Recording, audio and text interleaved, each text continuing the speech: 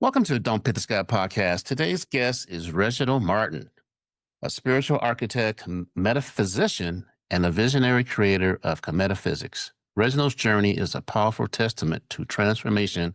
Once an ex-Christian, still haunted by inherited beliefs, he broke free from the invisible architecture of religion and discovered life-changing framework that merges ancient Kemetic science with modern metaphysics and spiritual psychology.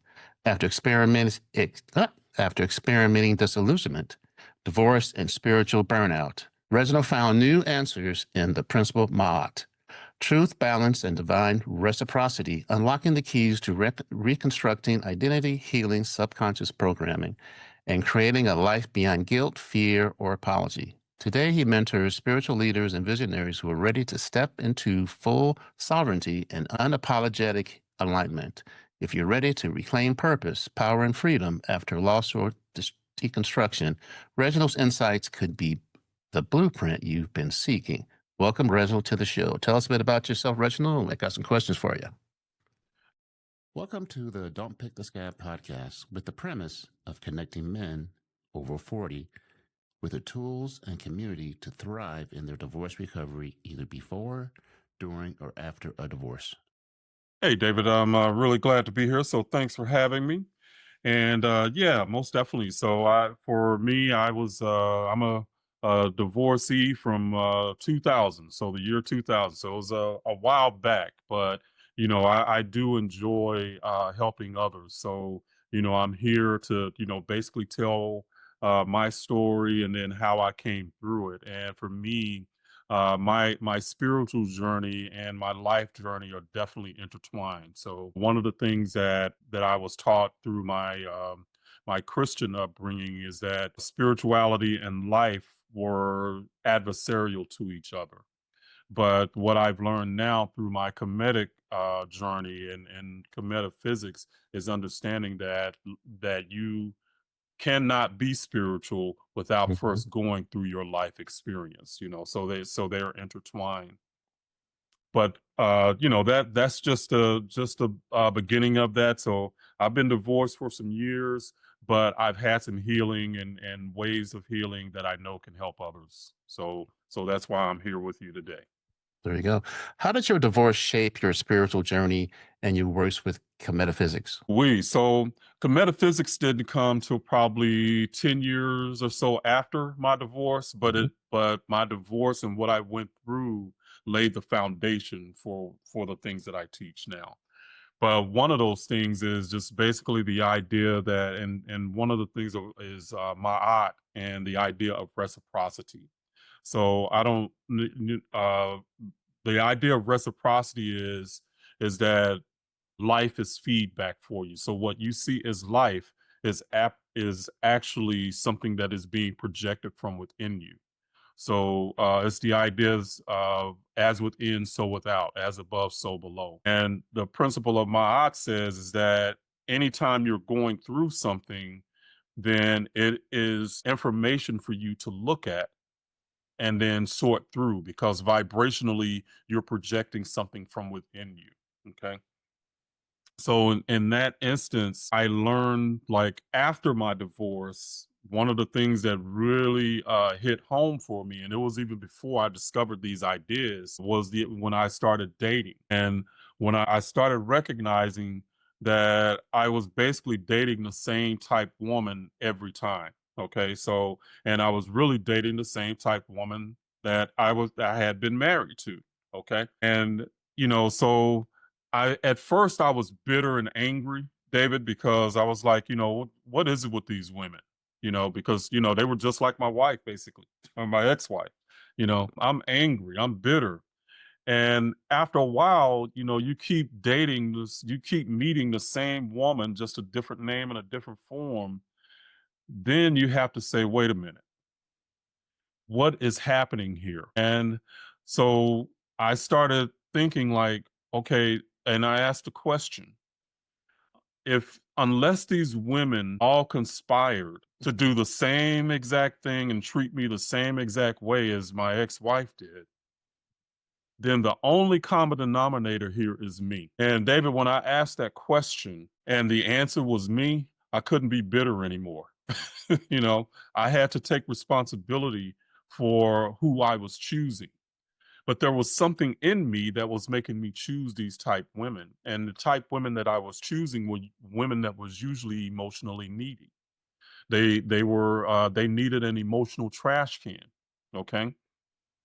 And what I recognized was is that the only value that I saw to a woman that at that time, because I had everything ripped away from me, my home, my kids, my fam, my everything that I thought I was as a man, I had it ripped away from me. So I couldn't see, and because my ex-wife said, I don't, what it said to me was when she wanted the divorce was, I don't see any value in you, you know? Man, So what I started doing was choosing women, and the only way I thought that I could be of value to them is if I was an emotional trash can that they could just dump, you know, whatever they were going through onto me. So if a woman was independent and, you know, strong and not needy, I couldn't even find her attractive, you know? So I needed the cues to hear that this woman needed some kind of emotional support on some level. And when she needed that emotional support, then that's who I gravitated towards. man, So, but from the perspective of my aunt, that was, she represented the idea that I didn't see myself as valuable on some level. So they were the symbolic representation of my inner hole, I guess you could say, the inner lack of value that I had for my own self and my own self worth. so how many women did it take? I can't even count them, brother. I can't count them because at that time we were just starting to do what do you call it, the online Blind dating. dating? Oh my, Yeah, well, they dated with the apps and all that stuff. So, man, ping, sometimes it might be coffee ping, dates ping, and ping, yeah, it's ping, just swipe ping. left, swipe left, you know. And and what was the saying was it was always the next best profile, the NBP, you Oh know. yeah. So Oh, you just kept going. So it might be a coffee date, and you know, yeah. if I really liked her, then if we turn into a dinner date, you know, just things, just one thing lead to another. But after a while, you just again, it was the same woman every single time. You know, just she was just different name, different clothing, different shape, but same Yeah. woman. Same thing. So you Yeah. talk about invisible architecture. What does that mean for men rebuilding after divorce? So it's really about what we were just talking about here because it's really about you having to rebuild your identity, you Okay. know? Because if you think about it as men, a lot of our identity is taught, especially from a religious perspective, is that we're supposed to be the provider, the protector, the breadwinner, all this stuff. Okay. And then when you go through the divorce, and like I said, for me, the message was is that you didn't do a good job. So, you weren't good at any of that. So, you're out of here. Well, when you have your identity wrapped around that, a lot of times men don't recognize that within that identity, the shadow side of it is that our worth is basically built on us being a provider and a protector. So, in other words, if you got money and income, you're worthy of love. If you don't have money and income, then you're not worthy to even love anybody or have a mate. You can't take me out on a date. What good are you? You know?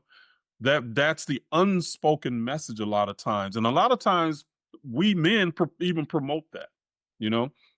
So, how do you build that back? How do you gain a new identity not based on your wallet or what you can do for a woman? So having to rebuild that inner architecture is one of the things that we have to do, and we have to recognize the signals and stuff that can help you do that.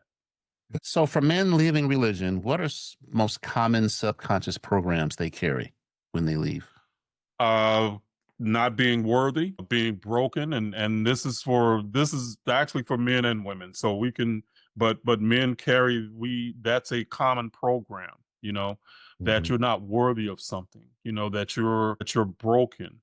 And if you believe that you're broken, then you're going to basically relate to people from that perspective.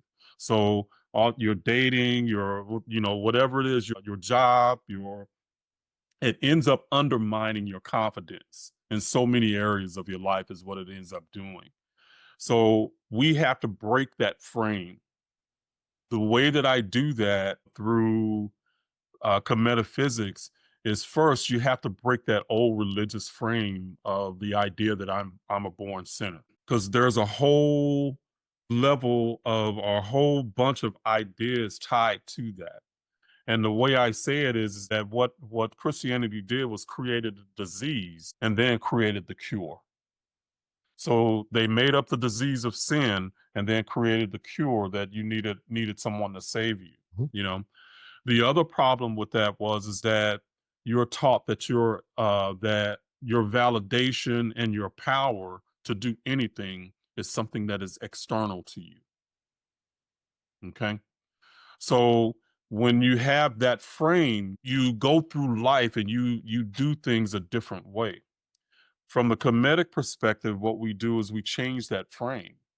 And we do that based on the ancient African ideas of really you being an extension of the creator in human form. Christianity flipped that, and they made the idea of the fall, okay, something negative. But from a Kemetic perspective, that fall was actually us as souls choosing to incarnate into this existence and onto this plane. It wasn't something negative. It was a choice that we made to experience here. And we use life as souls, we use life as feedback to help us develop our wisdom, and that helps us develop a soul. For a soul, that's the idea of learning, that you gain wisdom. So that's a whole those are two different frames that you operate from. Why do you believe the shadow isn't hidden, it's expressed? And how can we see it in our lives? Yeah, yeah, that's a strong question, and that goes back to the idea of my art and reciprocity, and how I was explaining that. So, and we can go back to where I was talking about the women, was that a lot of people, when I'm dating that same type woman, a lot of people would say that was a shadow. Okay, but from a Kemetic physics perspective, we don't have shadows. We just have things that we're not knowledgeable of, but they're always visible. Me dating those same type women was what a lot of people would call a shadow. That you didn't see why you were dating these women, Hmm. but they became the symbol for what I was internally dealing with. So I was able to recognize through them, because life is feedback. Okay. From a religious perspective, life is a curse. Life is something you're supposed to avoid. So that's kind of how we were taught. You basically avoid your emotions. You don't want to get angry. You're not supposed to get bitter. You're not supposed. All these things you're not supposed to do. But from a Kemetic perspective, all of that is data and information and feedback. So in that way, that's how life becomes a way that you recognize your shadows. It becomes a way that you can do it for yourself when you understand the mechanisms and the processes. Man, that's interesting. How can divorced men break cycles of guilt, fear, or apology in their lives? Yeah, so when and a lot of times we, especially if we have children, man, we and everybody, men or women, but when we go through it with the children, man, that is a lot of guilt that you deal with. But from a Kemetic perspective, again, we are souls having a human experience, and as souls, we made a choice to come. Well, our children, from a Kemetic perspective, our children chose their parents. Okay, before they incarnated, they chose who they were going to incarnate with. All right, Mhm. and they chose them because of the lessons that they were going to learn and the frameworks that they were going to be given by their parents, that they were going to live their life through. Okay. So from that perspective, the divorce and all of that was something that they already knew that was going to happen before they got here. The divorce was going to be some type of a catalyst for them to learn their lessons. Okay. So in that sense, because they chose us and they chose the situation, then that can help remove the guilt that we think that we might be damaging our children because we went through the divorce. Okay. And as we had talked about before, the children are resilient. They're going to, they come through it, Mhm. one way or another. And no matter what they're going through, they are lessons to be learned from the experience, no matter what it is. And you cannot, as a parent, save them from their life experience. A lot of times we want to, Yep. but in reality, they have to go through it too. And they got to feel it just like we did. Not necessarily a divorce, but whatever they go through in life, they're going to have to feel it to learn their lessons just like we did. Correct. How do you help clients integrate ancient wisdom into their daily decision making? Yeah, one of the ways to do that is through what I call the emotional barometer technique. Okay. And this is where you use your emotions as a guidance system. Okay. And from a Kemetic perspective, the soul, we still actually feel the soul's, how can I say, the soul still communicates through us while we're alive. This is from religious perspective, you become a soul when you die, but while you're here, you're just in the physical body and you're trying to avoid everything. You can't, you know. I call Christianity the can't do religion. You can't do this, you can't do that. But excuse me. But souls still perceive through you. Okay. And man, now the question just went from my mind. What was the question one more time? How do you help clients integrate ancient wisdom into daily decision making? Okay. Yeah. Okay. And using the emotions to do that. Yeah. Emotional barometer technique.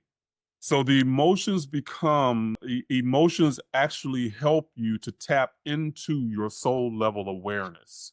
Mhm. Okay. And in the way that they do that, the soul has a baseline. And the baseline for the soul is joy. Okay. It is not in duality. It is not, the higher self is not in duality. There is an aspect that is, but so their baseline is joy. So you can use emotions to tap into that baseline. So when you're feeling joy, happiness, ecstasy, whatever it might be, you are aligned with your soul. You are aligned and you are on your path. Okay. The opposite feeling might be depression, it might be anger, it might be all, any other kind of emotions. But we don't look at that as something negative. It's just the emotion. So any emotion is a signal. But the way you do that through your life is that you use those two poles to recognize when you are on your path or not. You can use those two poles to recognize when you have reconciled something within yourself, because when you've reconciled it, you become at peace with it.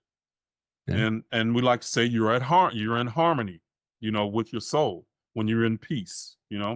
So in that way, you use your emotions as a guidance system. And we can say for, men, when I'm talking to clients, I have to let them know that it is manly and it is okay to tap into your emotional state, because a lot of times we'd rather explore outer space than to explore our inner space, you know?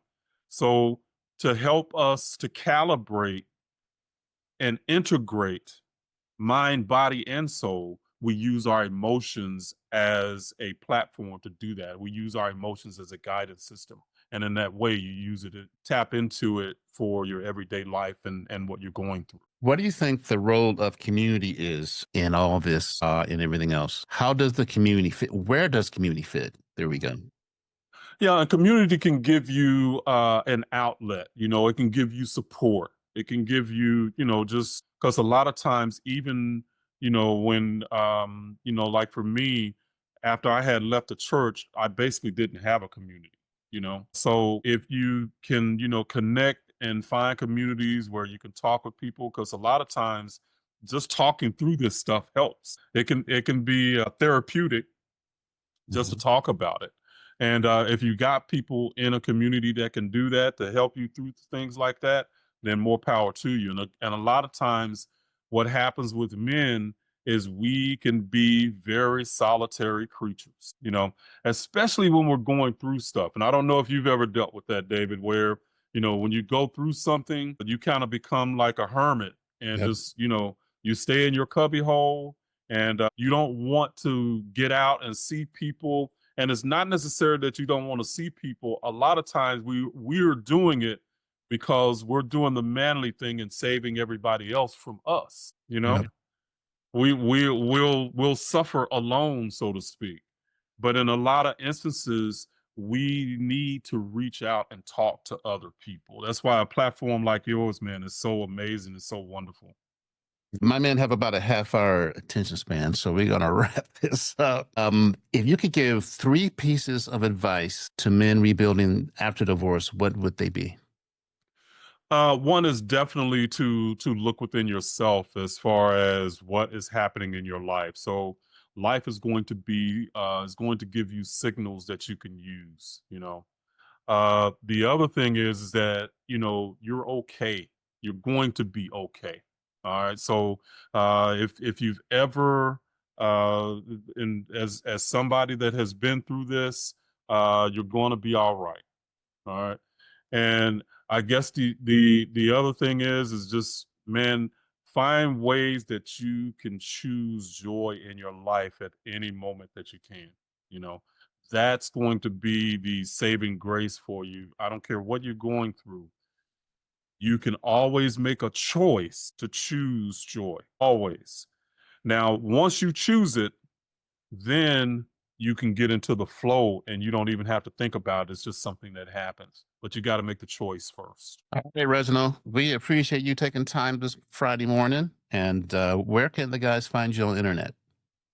So you can find me at my Substack, which is reginaldmartin.substack.com. And I get into a lot of the, just the mental health, the metaphysics, teach a lot of things, but it's about holistically helping you to really move through life, whether it be divorce, entrepreneurship, whatever.